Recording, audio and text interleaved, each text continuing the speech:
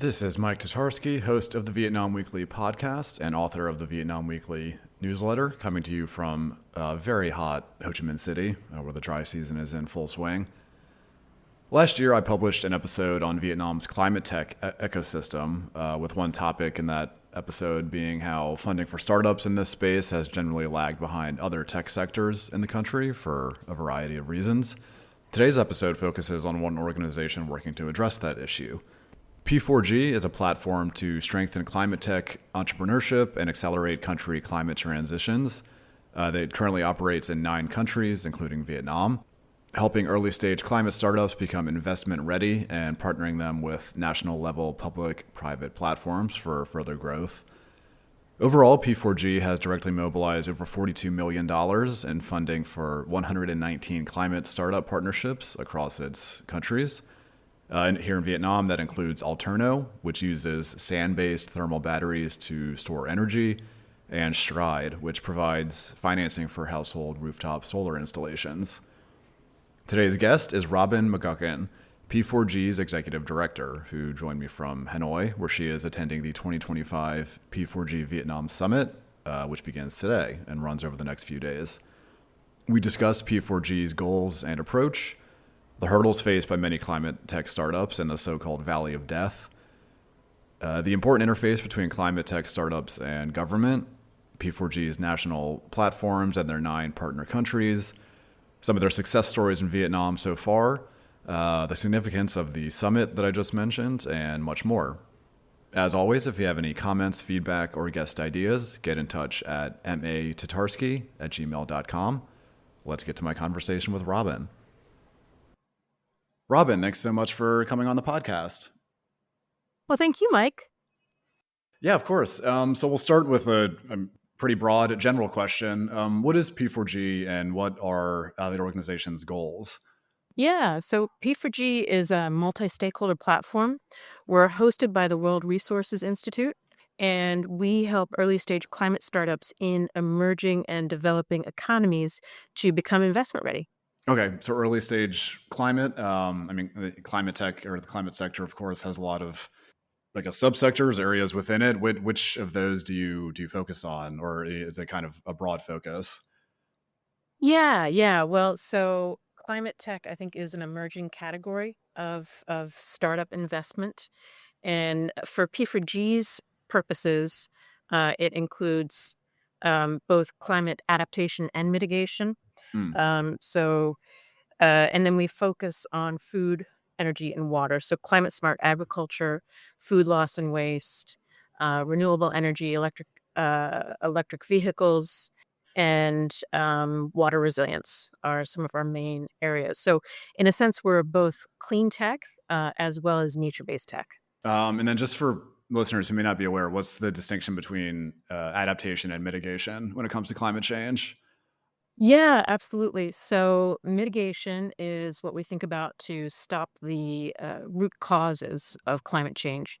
So mitigation is getting rid of things like emissions from tailpipes or from power plants that release carbon dioxide and smog and other pollution into the atmosphere and cause climate change. Adaptation, on the other hand, is to get ready for and ensure that we are prepared for the changes that have already started and will continue to come. And that as things like increased rainfall events or more precipitous weather events where it might be hotter than before or drier than before, and getting ready for that. So you mentioned how climate tech, I guess, is a bit.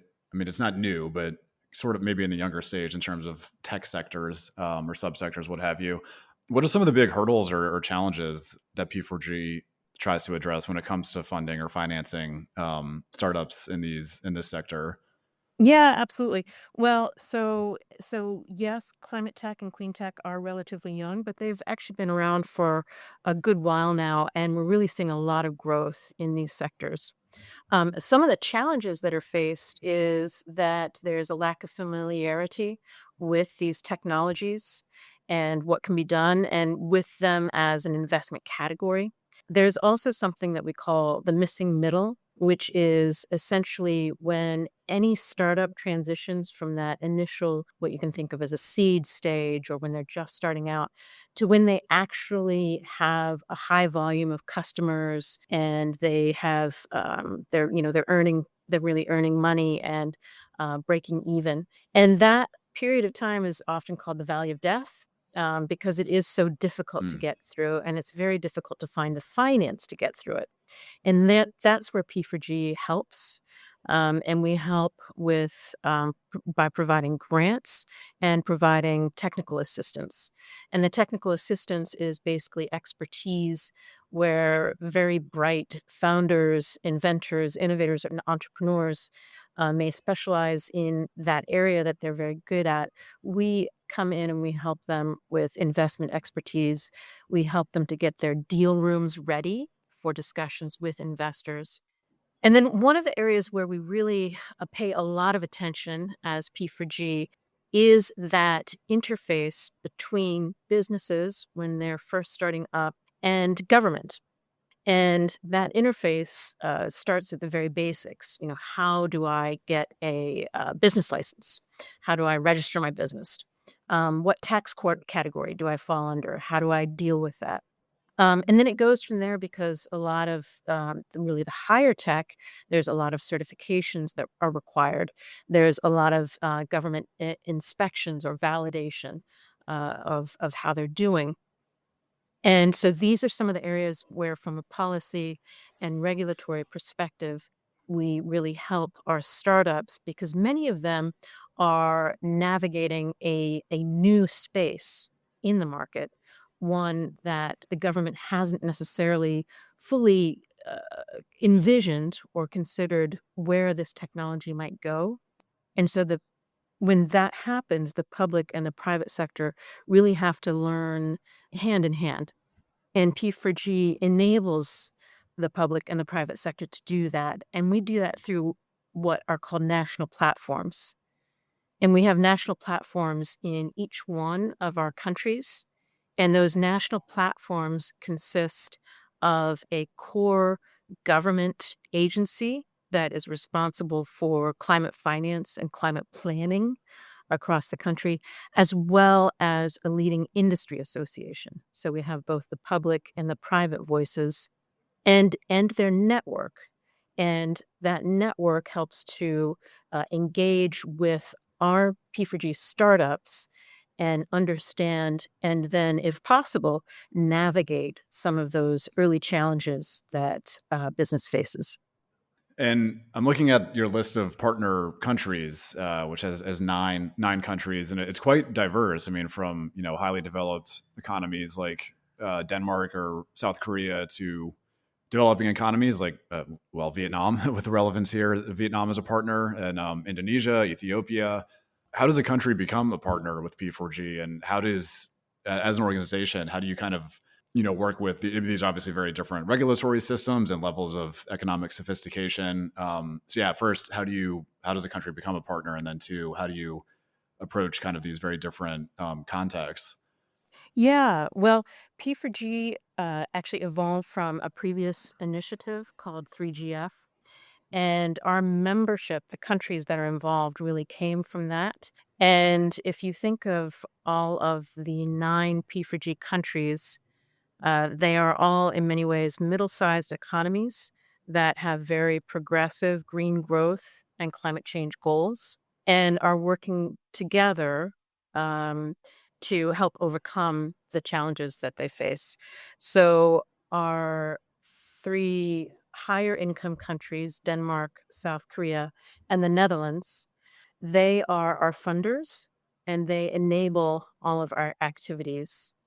And then our 6 remaining country partners, Vietnam, South Africa, Indonesia, Ethiopia, Kenya, and Colombia, those are the countries in which we are looking for those climate startups and helping to partner them with other key buyers or suppliers across our member countries and within our countries to help boost the marketplace, really get them the value chain that they need in order for their business to succeed.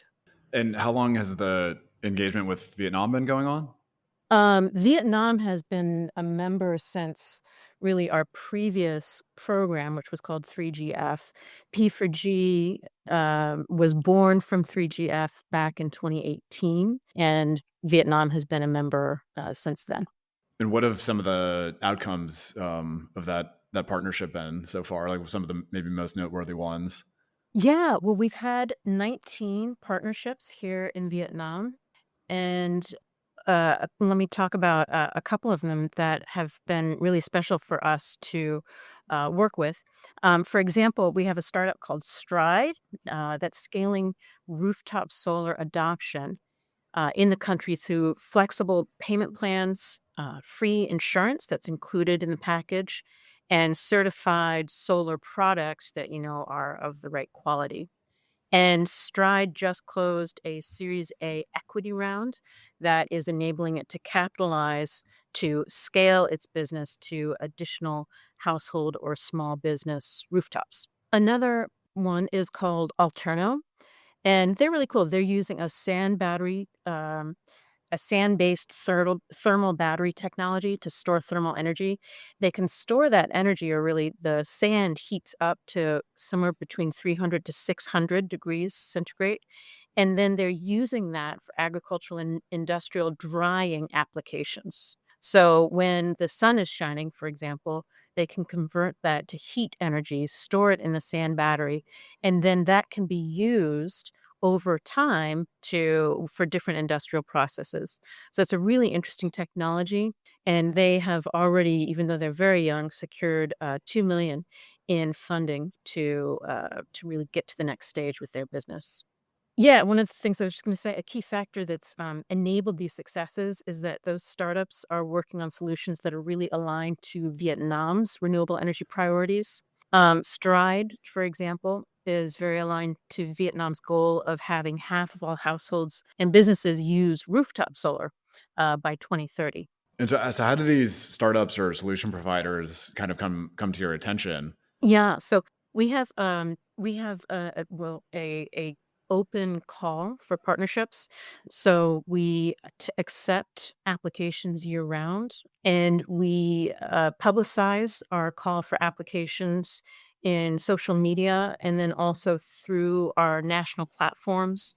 And then in each one of our implementing countries, we do have at least one country representative who is working to promote that call for partnerships and really meet with and talk with different startups to help them understand if they're a good fit for P4G, and then if they have any challenges navigating the application system to, just help them to do that, because many of these are very early stage businesses. And so then we have a competitive process where every application is first screened for eligibility. And then for those that are eligible, we go through a scoring process. We shortlist a small number of finalists, and we give them the opportunity to submit a full proposal and to pitch to us.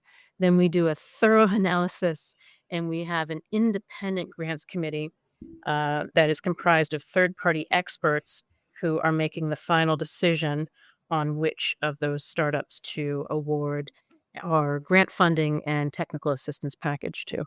And I mean, what would so you said ensuring for one thing that a startup might be a good fit for P4G. What in case there's a founder out there listening or something like that? What are some of the basics that would make them a good fit, at least at the start of the process potentially?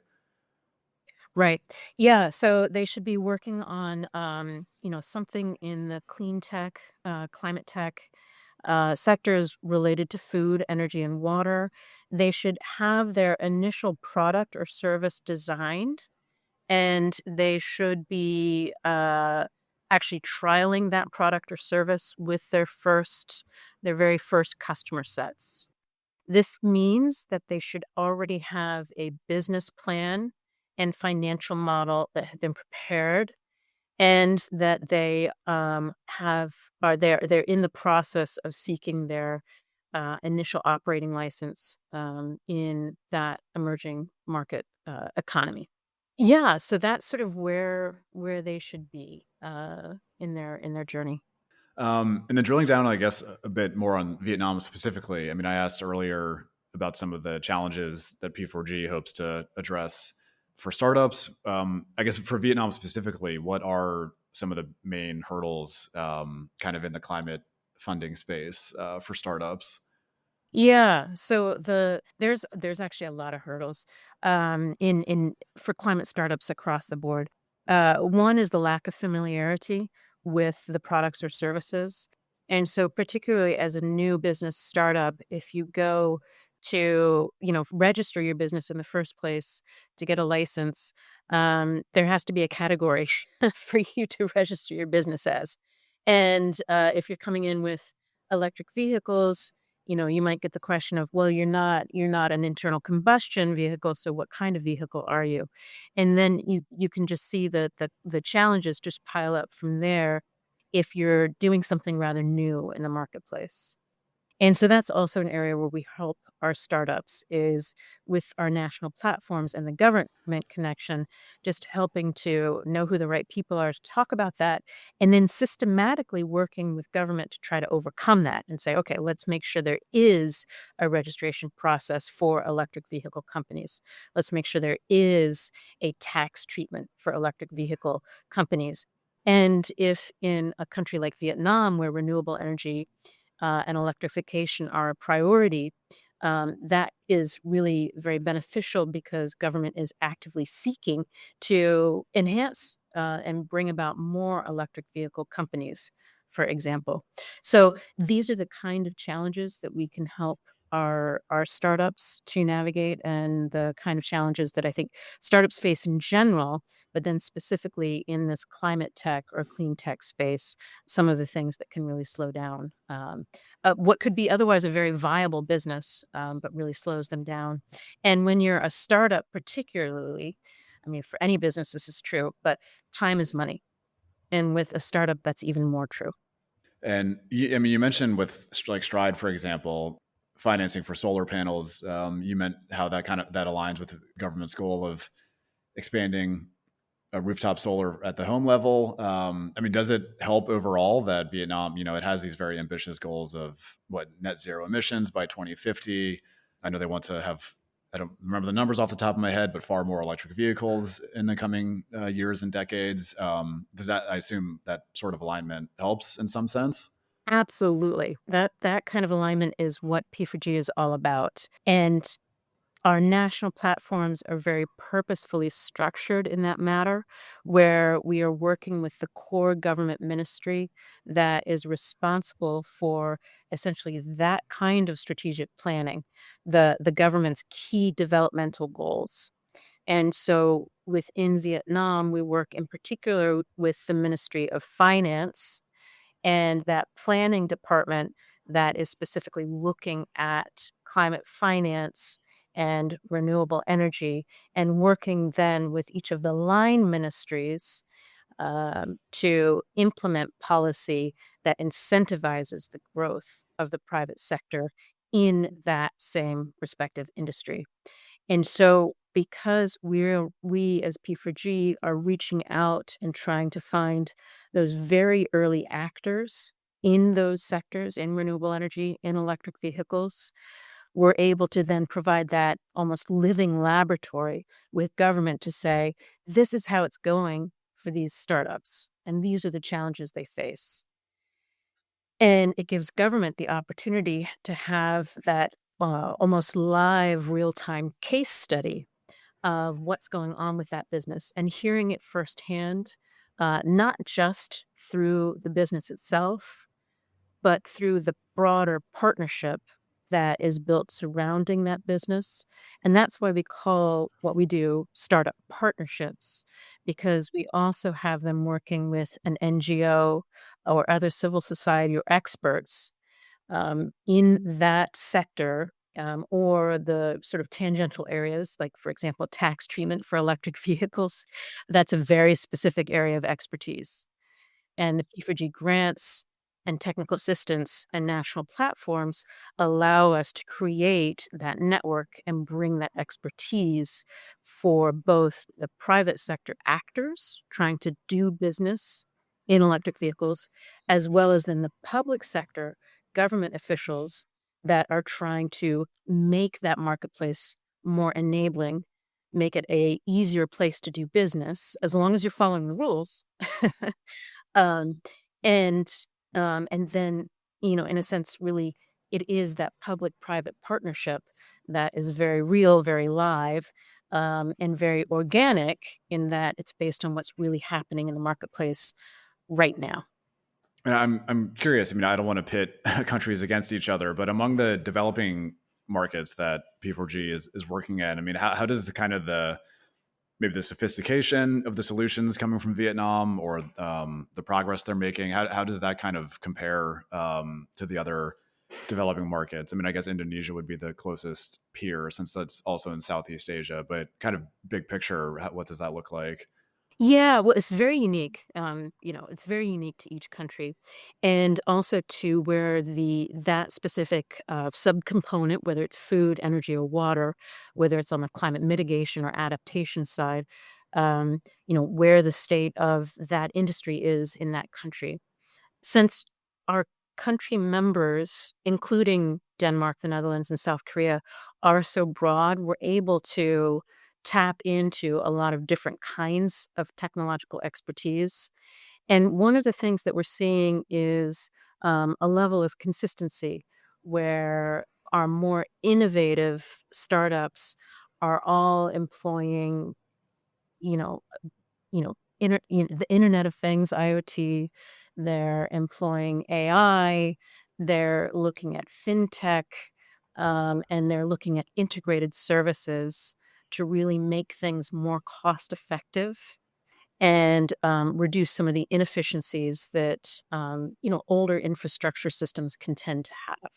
So I'd say that's something very consistent. Whether we have startups in Ethiopia that are looking to do that specific to the Ethiopian fintech context, or whether there are startups in Vietnam or Colombia looking at their specific fintech context and what is possible within that marketplace. So it's very, very context dependent, but that's the kind of thing that we are seeing consistency in regardless of the marketplace. And then again, sticking with Vietnam specifically, now, I mean, this episode is timed with the P4G Vietnam Summit, or the 2025 P4G Vietnam Summit, which is being held in Hanoi as this episode goes online. And while you're talking to me from Hanoi, so what is that summit, and what's the significance of it? Yeah, well, this is an excellent time for us to be having this summit, and Vietnam is positioned so well in the innovation, entrepreneurship, and tech sectors. Vietnam has some of those key elements for success that you see in emerging economies that are able to really bridge that next step in their economic development. And that is, first and foremost, a young and very entrepreneurial and very hardworking population.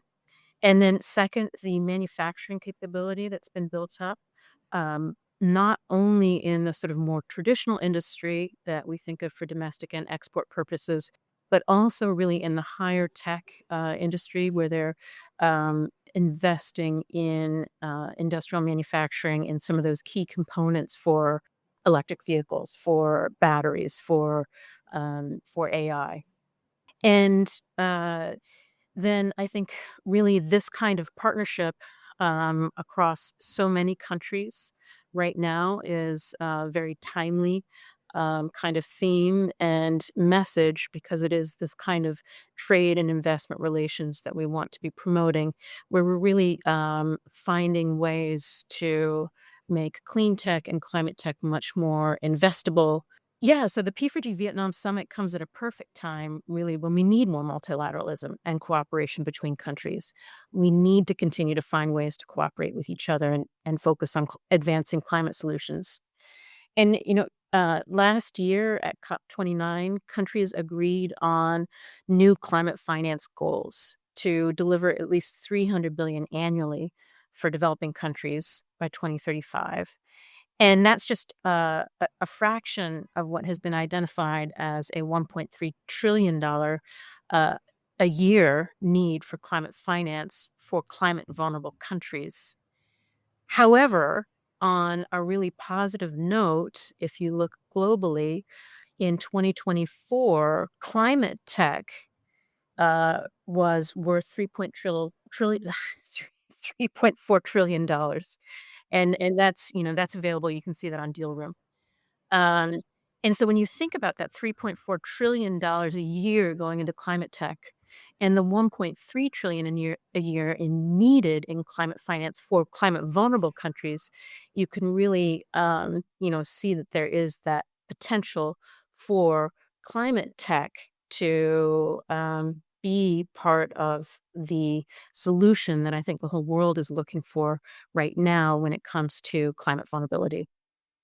Yeah, certainly. In terms of the summit, I mean, what kind of stakeholders are there, and what are some of the hope for outcomes of the event?